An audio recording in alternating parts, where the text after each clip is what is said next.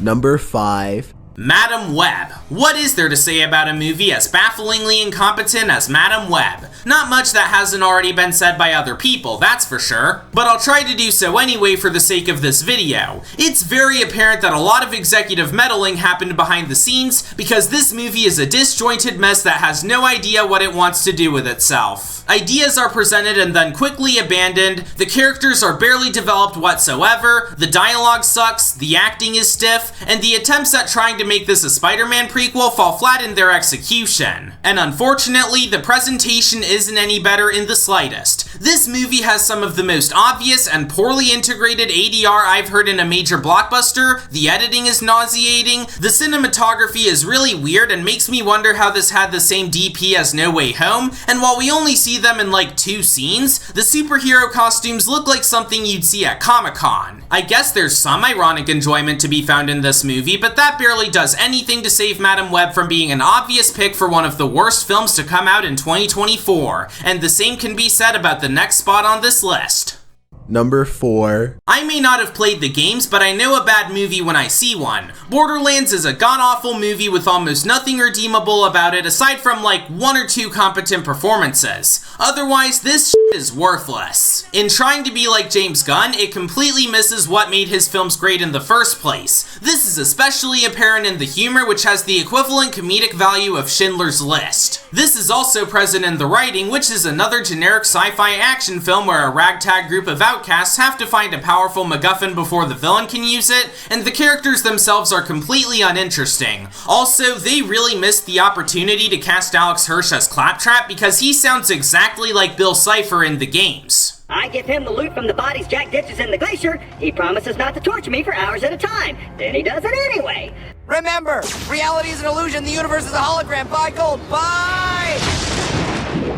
Another thing Borderlands fails to replicate from James Gunn's filmography is the visuals, because this movie looks like ass. The cinematography is lame as hell, the color palette is either way too saturated or just looks like vomit, and the CGI is flat out embarrassing for a movie with a price tag of over $100 million. This seems like it'd be the perfect movie to take the bottom spot, and I'm sure that'll be the case for some other people, but sadly we still have 3 movies left. So come with me as we descend deep into the depths of cinematic hell. Number 3. All of the movies from here on out are ones that I'd give a 1 out of 10. These are movies with absolutely nothing redeemable about them whatsoever, and watching them is a pain that I wouldn't wish on my worst enemy. With that being said, let's talk about Saving Bikini Bottom, the Sandy Cheeks movie. In case you didn't know, this movie was leaked in its entirety on Twitter earlier in the year, and even after its official release, my opinions had not changed. I knew the quality of SpongeBob had always been inconsistent, but this is the series at its absolute worst. If we look past the terrible animation, what we're left with is a story that has no idea what it wants to do with itself, jumping from one plot point to the next with no cohesion, ideas are forgotten immediately after being presented, and while it tries to retain the show's random and surreal sense of humor, it just does not work. And when it's not trying to be random, some of the jokes here feel like the writer's barely disguised fetish. And by barely disguised, I mean Sandy turns into Bubbles from Angry Birds, and SpongeBob is literally Dan Schneider. As for the characters, they're flanderized to all hell and back where not even the insanely talented voice actors could save them. And I say that because it's very apparent that they did not care about this and just wanted to get it over with so they could get an easy paycheck. But returning to the animation for a second, while the character animation on its own looks like crap, some of the CG effects, especially the ones involving the villain, are f***ing horrifying. I don't care if it was intentionally made to look weird, this shit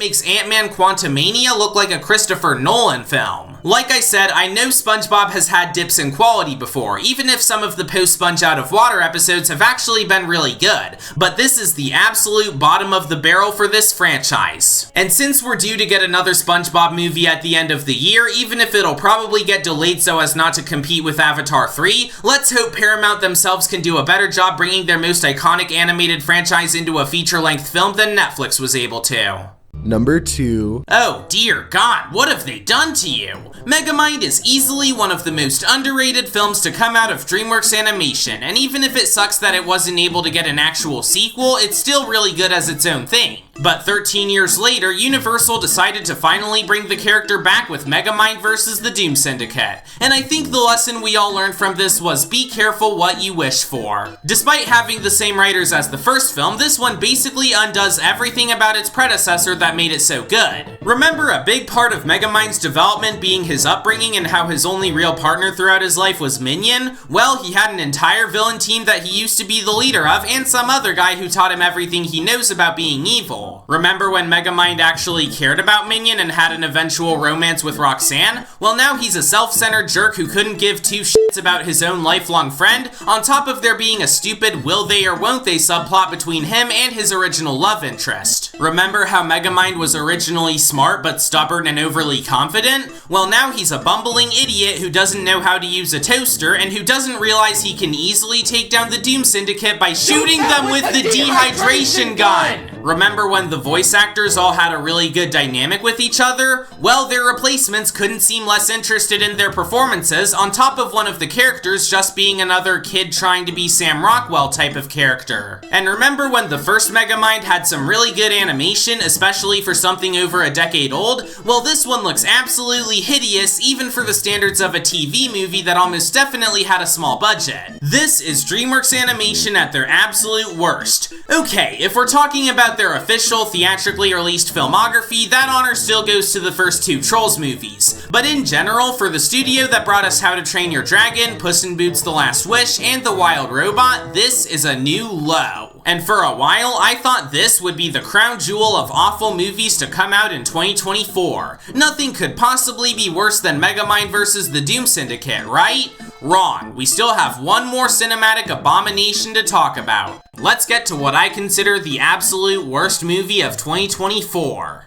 Number 1. This might be a surprising choice to some of you. Out of all the movies I talked about on this list, this one was worse than all of them? Yes, and I wish I was being hyperbolic. So let's not waste any more time and talk about my number 1 worst film of 2024, It Ends With Us. Now, I want to clarify before I continue, I haven't read the original Colleen Hoover novel, and quite frankly, I don't think I want to. Especially since one of my friends told me that she read it and it was way worse. So I'm gonna focus on the movie as its own thing. And in doing so, I'm already bored. Like, seriously, this looks like something you'd see on the Lifetime network with nothing interesting in terms of direction, set design, soundtrack, or cinematography. But the boring presentation is one thing. What makes It Ends With Us the worst movie of 2024 in my opinion is how it's written and what it stands for. In short, I don't think I've seen a movie portray a serious subject this distastefully since Dear Evan Hansen. On some level, I get it. Domestic abuse is a really touchy subject matter, and handling it in a movie, show, book, or whatever requires a lot of care and understanding of how severe such relationships truly are. Too bad that's not what this movie did. Instead, it tries to romanticize this obviously toxic relationship by making the abuser Ryle all sympathetic and misunderstood.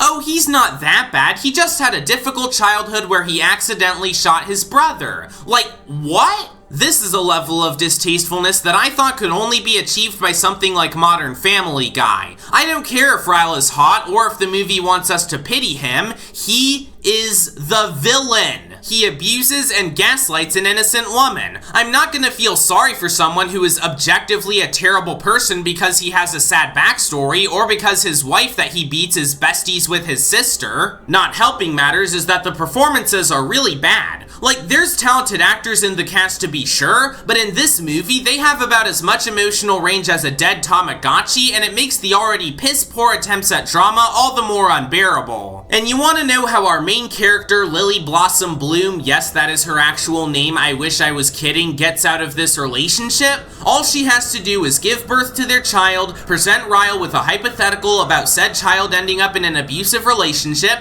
and then he immediately sees the error of his ways and they get a divorce. Well, hate to break it to ya, Justin Baldoni, Christy Hall, and Colleen Hoover, but it's sadly not that easy to leave an abusive relationship. There's a lot of reasons why many people are unable to do so, like financial difficulties or the possibility of retaliation by their partner. But with this movie, it's barely an inconvenience for Lily, and she already has her high school sweetheart ready to sweep her off her feet and give her a better life. And then there's a Louis Capaldi song during the credits to really tie together this movie being a 2-hour r/I I'm 14 and this is Deep Post. It Ends With Us is a film that for the life of me, I'll never understand the hype behind. Like, the reviews were pretty average, but this was somehow able to make more money at the box office than Transformers 1 and The Wild Robot, two movies with infinitely more heart, soul, and passion put into them than this disgrace towards cinema. And I wish this was all just exaggerated, but no. This really is one of the most reprehensible pieces of filth that I've seen in quite some time. It is a film that angers me to no end, and I implore all of you watching to avoid it like the plague. Don't even watch it out of morbid curiosity like I did. Just save yourself 2 hours of your life and watch something better. A lot of this list was hard for me to figure out, but I knew right from the moment I watched it that It Ends With Us was the worst film I saw in 2024, and quite frankly, it wasn't even close.